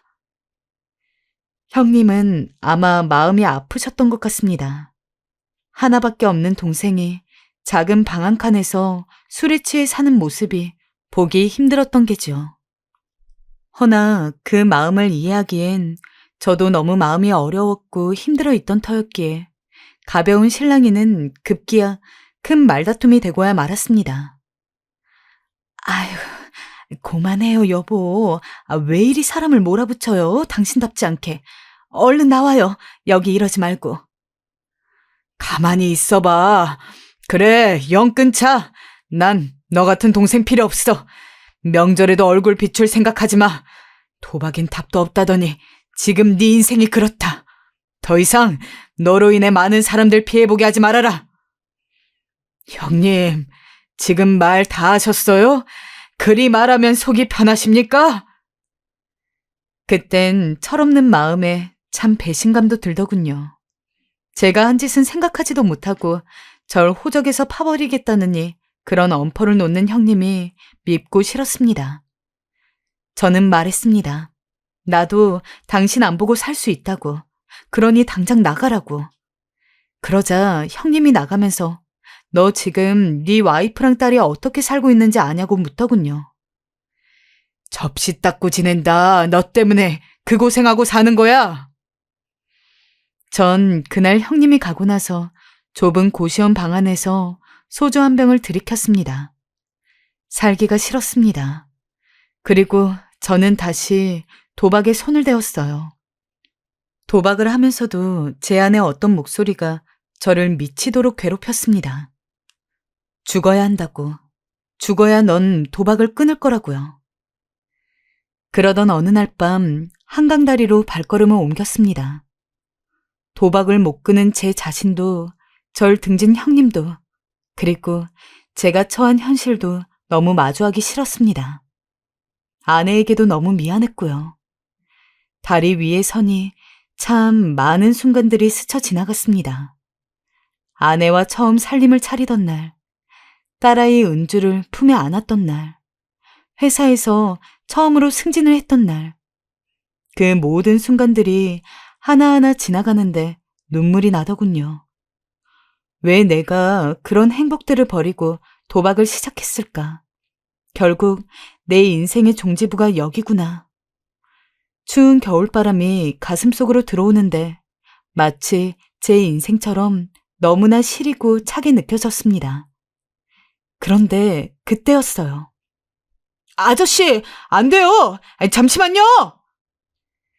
지금 생각하면 기적이라 생각하는 감사한 일이었죠. 뒤를 돌아보자 어떤 교복을 입은 남학생이 다리 위에 서 있는 절 발견하고 소리를 빽빽 지르고 있었어요. 학생은 절 보더니 곧바로 경찰에 신고했습니다. 자기도 무서울 텐데 학생은 경찰이 올 때까지 제가 혹여나 죽을까봐 제 몸을 끌어안고 있었어요. 제가 가라 해도 막무가내였죠. 그러다 점점 사람들이 모여들기 시작했고 경찰차가 오면서 전 결국 다리에서 끌려오듯 내려왔습니다. 그날 전 경찰차를 타고 가며 저는 아내를 생각했어요. 그리고 다짐했습니다. 어떻게든 도박을 끊겠다고, 그리고 새 삶을 시작해보겠다고요. 빚은 어마어마했지만 최소한 어머니에게 빌린 돈과 아내가 갖고 있는 돈이라도 해결을 해야 했으니까요. 전 먼저 도박을 끊게 도와주는 센터에 다니기 시작했고 거기서 아주 많은 상담을 받았습니다.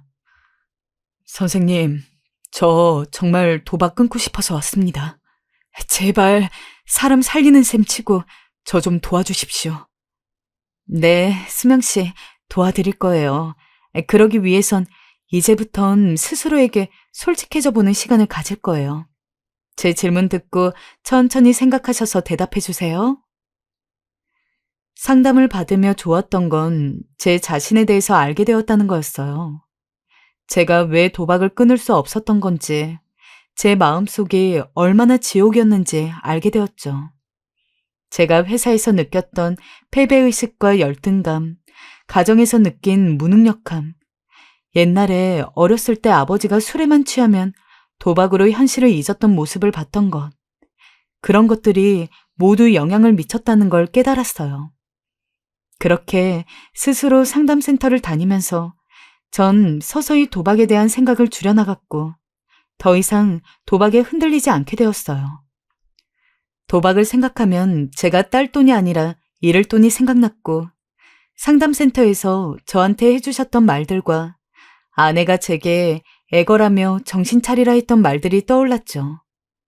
그건 고통스러웠지만 제가 마주해야 하는 것들이었습니다. 그러면서 전 천천히 원래의 제 삶으로 돌아왔습니다. 처음으로 독한 술에서 정신이 깬 기분이 들었어요. 말짱해진 기분이었습니다. 일단 전 일자리부터 구하기 시작했습니다. 도박을 시작하고 폐인이 된 지 5년 차라 더 이상 회사에 들어갈 수도 없었고 남들처럼 살지는 못했지만 그래도 어디든 조금이라도 돈을 벌 수 있는 곳이라면 다 괜찮았습니다. 그래서 배달 일부터 시작해서 택시기사, 판매원, 일용직 노동업, 어디든 가리지 않고 다 뛰어들었습니다. 나이가 적지 않고 이미 술로 몸이 망가진 상태였기 때문에 일하는 건 쉽지 않았어요. 가끔은 손님들이 제게 나쁜 말을 던지기도 했고 저를 무시하거나 하대하며 조롱하기도 했습니다. 특히 좀 힘들었던 건 택시기사 일이었어요. 술에 취한 손님을 태우면 손님은 목적지를 말하지 않고 주절주절 자기 이야기만 늘어놓았죠. 그게 어쩔 땐 제 과거 모습 같기도 해서 불쌍해 보이다가도 끝내 영업을 방해하면서 제게 욕짓거리를 하는 걸 보면 정신적으로 너무 지쳤어요. 한 번은 이런 경우도 있었어요. 아저씨, 제가 지갑을 잃어버렸는데요. 계좌이체 바로 집 가서 해드릴 테니까 집까지만 태워다 주시면 안 될까요? 30분이면 가는 거리인데 제발 부탁 좀 드릴게요. 그래요? 알겠어요. 추우니 얼른 타요. 추운 겨울날이었는데 교복 입은 남학생 2명이 빙판길에 서서 오들오들 떨고 있는 게 딱했어요. 일단 택시 기다리는 모양새여서 가보니 애절한 얼굴로 저렇게 말하길래 알겠다 하고 태워줬는데 학생이 말한 것처럼 집까지 가는 거리는 30분 거리가 아니고 무려 1시간 반이 걸리는 거리였고 학생은 집에 도착하자마자 바로 입금해드리겠다고 하며 택시 밖으로 나가더니 그 뒤론 소식이 없었습니다. 한마디로 제가 그 어린 아이들에게 사기를 당한 거였죠. 돌아오는 길에 얼마나 마음이 서글퍼지던지. 참, 별일이 다 있다 싶으면서도 괜히 울적해졌어요. 뭐 힘든 일을 말하자면 한두 가지가 아니죠. 그냥 버텨야 한다, 고단하고 힘들어도 이것밖에 없다, 이런 마음으로 살 수밖에 없었어요. 배달 일을 하면 왜 이렇게 늦게 왔냐며 저한테 화를 내는 손님들도 있었고, 빨리 배달을 가려다가 그 바람에 사고가 나서 팔이 부러진 적도 있었지만, 아무리 힘들어도 술은 웬만하면 돈이 아까워 마시지 않았고, 그냥 하루하루 일할 수 있다는 것에 감사한 마음으로만 살려고 애썼습니다. 물론 가끔은 일이 너무 고단해 술을 한잔하며 잠들기도 했지만, 제가 정말 몸이 늙으면 하고 싶어도 일을 못할 수도 있고, 그럼 빚도 못 갚아 다른 사람들에게 폐만 끼치게 될 테니 정신을 더 바짝 붙들려 있던 것 같아요. 그리고 일을 시작하고 1년 후 아내에게 문자를 남겼습니다. 아내와 이혼하고 3년 정도 되었을 때였죠. 아내의 생일날이었어요. 잘 지내니? 생일 축하한다는 메시지를 보내면서 아내에게 잘 지내고 있냐고, 미안했다고, 우리 딸은 혹시 잘 있냐 물었습니다. 문자를 보내고 조금은 기대했습니다. 다시 연락이 오지 않을까. 하지만 아내에게서는 답장이 없었습니다. 아내의 입장은 충분히 이해할 수 있었습니다. 저라도 도박에 빠져 가정을 등진 남편을 다신 보고 싶지도 연락하고 싶지도 않았을 테니까요. 그래도 그때 가슴은 무척이나 아팠습니다. 저는 정상으로 돌아왔지만 이젠 옆에 남은 사람들이 없다는 생각이 들어서요. 형님과의 관계도 어느 정도 회복을 하고 싶어 어머니를 통해 도박을 끊었다고, 어느 정도 수입을 가지고 살고 있고 빚도 갚고 있다고 말씀을 드렸는데, 정말 인연을 끊을 생각이셨던 건지 형님 역시 제게 연락하지 않으셨죠. 형님, 제가 지난번에 너무 못된 말만 한 것 같아 마음에 걸립니다. 부디 못난 아우 용서해 주시고 건강하게만 지내주세요. 형님에겐 이 문자를 따로 보내고, 그렇게 형님도 아내도 다 지나간 과거라 생각하며 잊고 살았습니다. 그러던 어느 날 문제가 생겼습니다. 제가 빚을 갚아야 하는 몇몇 분들이 있었는데, 그분들 중 한 분이 갑자기 돈을 빨리 내놓으라며 일하는 곳까지 찾아와 욕을 하기 시작한 겁니다. 당시 식당에서 일을 하고 있었는데 제 멱살까지 잡으며 위협을 하더군요. 가까이 가니 그분 입에선 옅은 술 냄새까지 나고 있었습니다. 원래 갚아야 할 날짜가 있는데 왜 갑자기? 아이, 내 사정이 바뀌었어. 급하다고. 얼른 돈부터 내놔. 아, 저 이번 달 월급을 다 드려도 선생님이 원하시는 액수는 드릴 수가 없습니다. 처음에 제가 말씀드린 대로 조금만 시간을 주시면 다 갚을 수 있는데 천천히 나눠서 갚으면 안 될까요? 제발 부탁드립니다. 제가 어디 도망갈 놈 아닌 거 알지 않습니까? 그분에게만 돈을 빌린 게 아니었고 수중에 남아있는 돈도 별로 없었습니다. 기껏해야 제가 먹고 잘 수 있는 돈도 부족해서 노숙을 해야 하나 생각할 판이었으니까요. 무엇보다 처음엔 나눠서라도 갚으라고 하셨던 분이 이렇게 하시니 너무 급작스러웠습니다. 일단 어떻게든 좋게 대화로 풀어보고 싶어서 조용조용 제 입장을 말했지만 그분은 이미 그럴 생각이 없었습니다. 아이, 그러니까 돈 못 주겠다고? 어? 돈 내놓으라고, 이 거지 자식아! 도박으로 전 재산 날린 네 놈 말을 내가 어찌 믿냐고! 그분은 제 얼굴에 대뜸 주먹을 날렸고 저는 그대로 쓰러져 버렸습니다. 그런데 쓰러지면서 불판이 무너지는 바람에 뜨거운 불판들이 몸을 뒤덮고 말았죠. 순간 비명이 튀어나왔고 그분도 놀랐는지 아무 말 못하고 서 있었어요. 다행히 사장님과 직원들이 빠르게 119를 불러줘서 제때 처치를 받긴 했지만 그 바람에 저는 화상 치료를 받아야 했고 일도 며칠 쉬어야 했습니다. 예상치 못한 돈이 빠졌으니 마음은 더 초조했지만 저는 일단 그분을 찾아갔습니다. 안녕하세요. 저 김수명입니다. 잠깐 얘기 가능하신지요? 그분은 절 보더니 조금 당황해 하시다가 안으로 들어오라 하셨어요. 저는 그분께 노숙이라도 해서 반드시 갚을 거라고, 그러니 조금만 기다려달라고 진심을 섞어 말씀드렸습니다. 그리고 제가 어떻게 살고 있는지 다 보여주었죠. 그분은 한참 동안 제 말을 묵묵히 들어주더니 밖에서 소주 한 병을 사와도 되냐 묻더군요. 제가 알겠다 하자 그분은 잠시 후 정말 소주를 사왔고 저는 그분과 술잔을 기울이기 시작했습니다. 가게 영업이 안 돼서 나도 힘든 상황이 있었어요. 곧 이 가게 처분해야 할 처지이거든요. 그래서 그날 술 한잔 한 김에 무턱대고 수명실 찾아간 겁니다. 당장 돈이 너무 급해 그랬는데 다치게 해서 미안하고 이해합니다. 천천히 갚아주세요. 그분은 병원비를 제외하고 돈을 갚아달라 했고 그날 저는 그래도 조금은 가벼운 발걸음으로 돌아갈 수 있었습니다. 나중에 알게 되었지만 제 성의를 좋게 보셨던 건지 제가 돈을 빌린 다른 분들께도 한번 저를 믿고 기다려보라 말해주었다 하더라고요. 덕분에 저는 크게 스트레스 받지 않고 조금은 마음의 짐을 내려놓은 상태로 일에만 집중할 수 있었습니다. 그때 다시 한번 사람의 따뜻함을 느꼈던 것 같습니다. 물론 한강 다리에서 절 붙잡아준 학생도 그렇고 상담센터에서 제게 진심으로 말을 해주신 상담 선생님들도 그랬지만 채무자와 채권자의 관계로 만나 이렇게 사정을 이해해주는 관계는 흔치 않으니까요.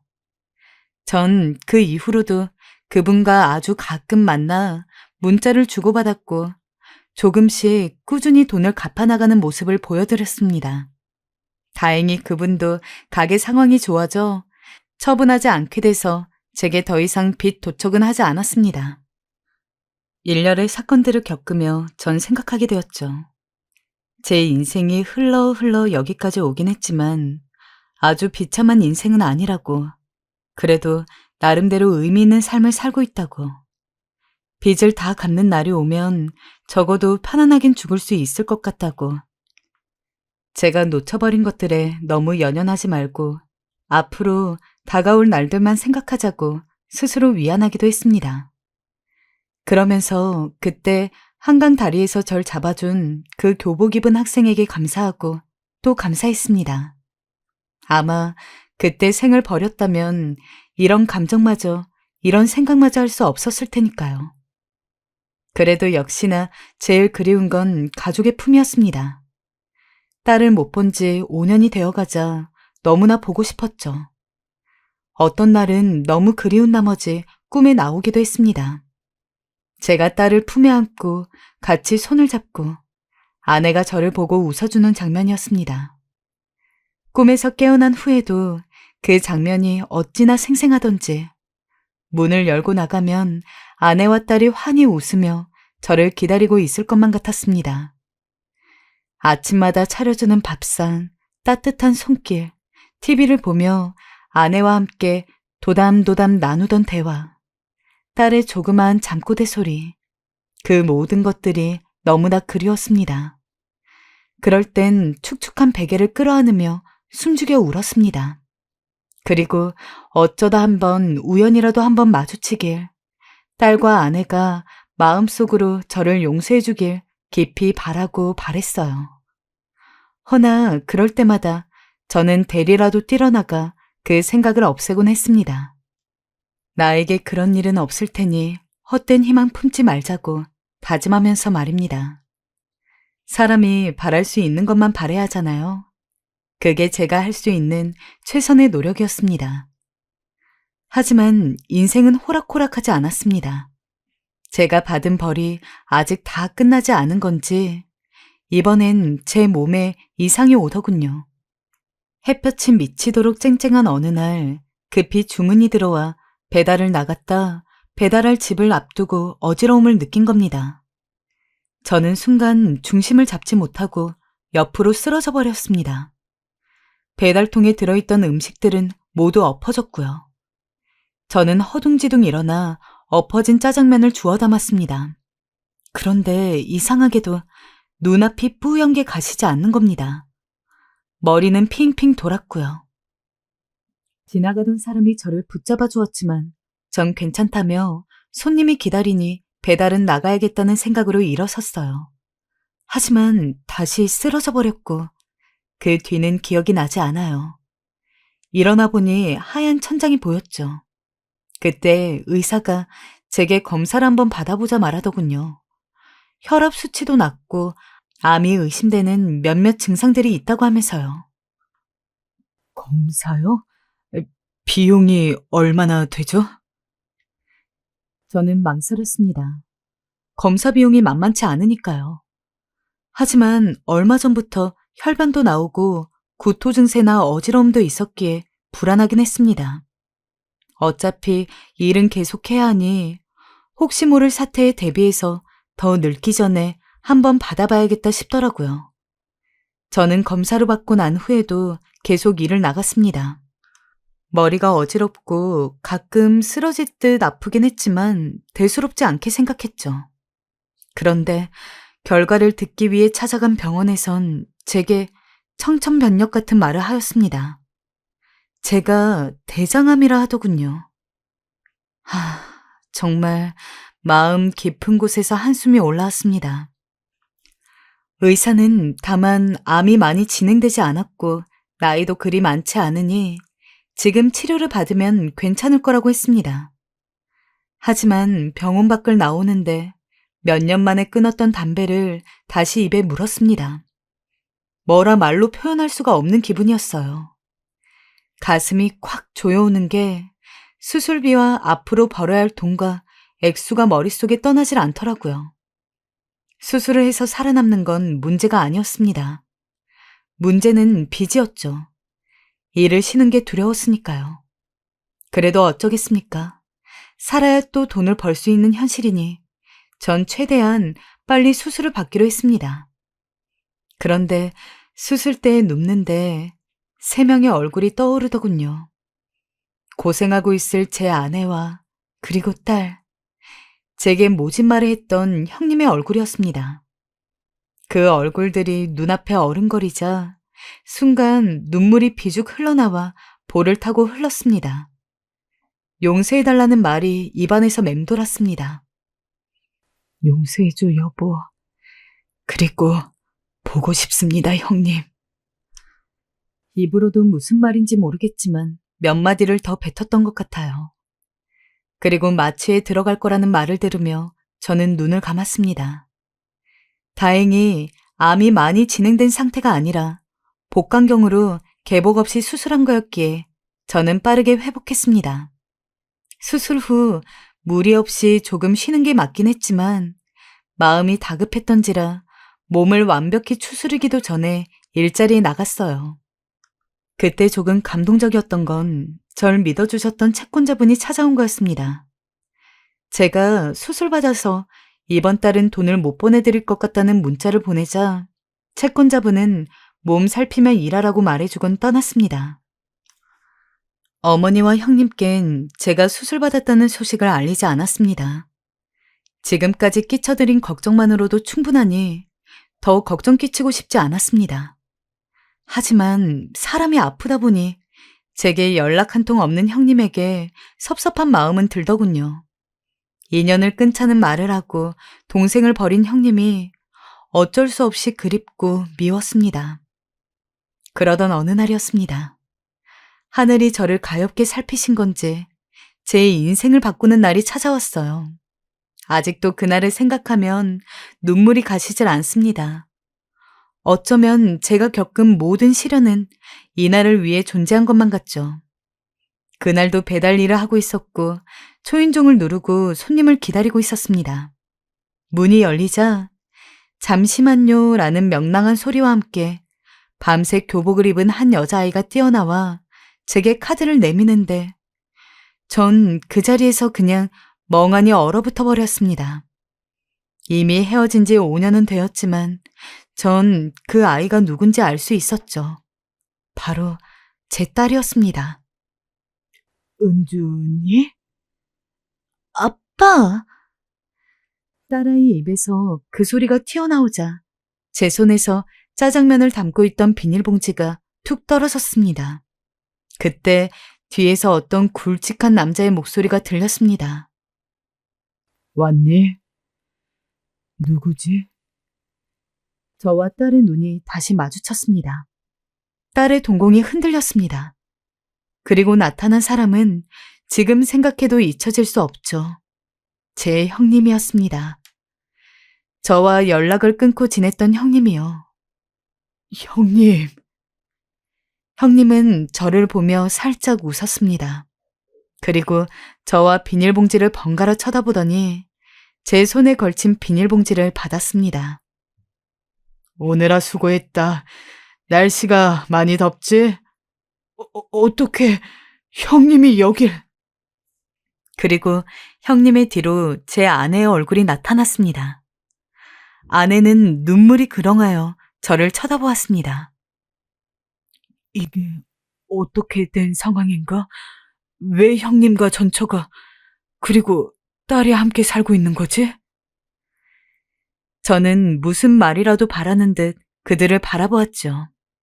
그때 먼저 말을 꺼낸 건 제 형님이었습니다. 형님은 잔잔한 미소를 머금으며 그간 제가 가족 속에 존재하지 않았던 흘러갔던 지난 날들을 말해주었어요. 네가 그렇게 도박에 빠지고 나서 네 와이프와 딸이 길거리로 내몰렸어. 말은 접시 닦기로 한다고 했지만 하루가 멀다 하고 빚쟁이들이 찾아오지. 심지어 애 학교로 찾아가 돈을 달라 하더라. 그걸 보고 가만히 있을 수가 없었다. 널 호적에서 판다 어쩐다 말은 했지만 한때 식구였던 사람 아니냐. 내가 있어야 그래도 빚쟁이들이 덜 만만하게 보고 덜 오더라. 그래서 그때부터 간간히 들려서 네 식구들 살피기 시작했다. 형님, 저는 그런 줄도 모르고... 그때 문자 답장하지 않았던 것도 네가 해이해지지 않았으면 해서였어. 수명아, 실은 다 널 지켜보고 있었어. 네가 어찌 사는지 말이야. 형님은 저를 기어이 울게 했던 다음 말을 이어갔습니다. 사실은 그간 아내와 함께 널 지켜봤다고요. 네가 암에 걸렸던 것도 알고 배달 온 일도 자신이 아는 중국집 사장님에게 부탁해서 너를 하게 해달라 부탁했다고 말입니다. 이젠 네가 가족 곁으로 돌아와줬으면 해서 널 이렇게 불렀다고요. 그때 아내가 제게 다가와 손을 꼭 잡아주더니 말하더군요. 나 당신 원망은 많이 했지만 그래도 당신이 필요해. 우리 곁으로 와 이제. 전 아내의 말에 완전히 무너져 그저 어린아이가 울듯 꺼이꺼이 울었습니다. 그리고 그렇게 우리 가족은 그날 이후로 다시 하나가 되었습니다. 전 이 사연을 적으면서 제 삶 속에서 일어났던 수많은 일들을 생각했습니다. 생각해보면 제가 상상치도 못했던 곳곳에 사랑이 존재하고 있었어요. 제 인생에 존재했던 사람들 역시 마찬가지였습니다. 사람 구실도 못하던 저를 따뜻한 시선으로 봐주고 기다려준 사람들이 있었기에 저는 죽지 않고 이렇게 글도 쓸 수 있게 되었습니다. 그저 제 안에 채워지지 않는 갈망만을 채우려다 스스로 인생을 망가뜨린 저를 세상의 시선이 아닌 다른 시선으로 믿고 기다린 사람들 덕분에 전 살아있었습니다. 그리고 그분들께 진심으로 감사해요. 절 한강다리에서 구해준 학생, 도박 중독센터 상담 선생님, 아내와 그리고 딸, 어머니, 마지막으로 형님. 그분들이 있었기에 버틴 삶이었습니다. 여러분도 오늘 하루 누군가 한 명쯤은 분명 어딘가에서 당신을 응원하고 있다는 말을 믿으셨으면 합니다. 정말로 그럴 테니까요. 또 여러분이 삶에서 어떤 고비를 겪고 지나치고 있더라도 그게 결코 영원하진 않을 거예요. 폭풍은 언젠가 지나갈 겁니다. 폭풍이 오는 이유는 그 이후에 들어오는 햇빛의 소중함을 알게 해주려는 신의 뜻이라는 걸 전 알게 되었으니까요. 아마 제 실현의 의미는 그 소중함을 아는 것이었나 봅니다. 오늘 모두 평안한 하루 되시고 들어주셔서 감사합니다.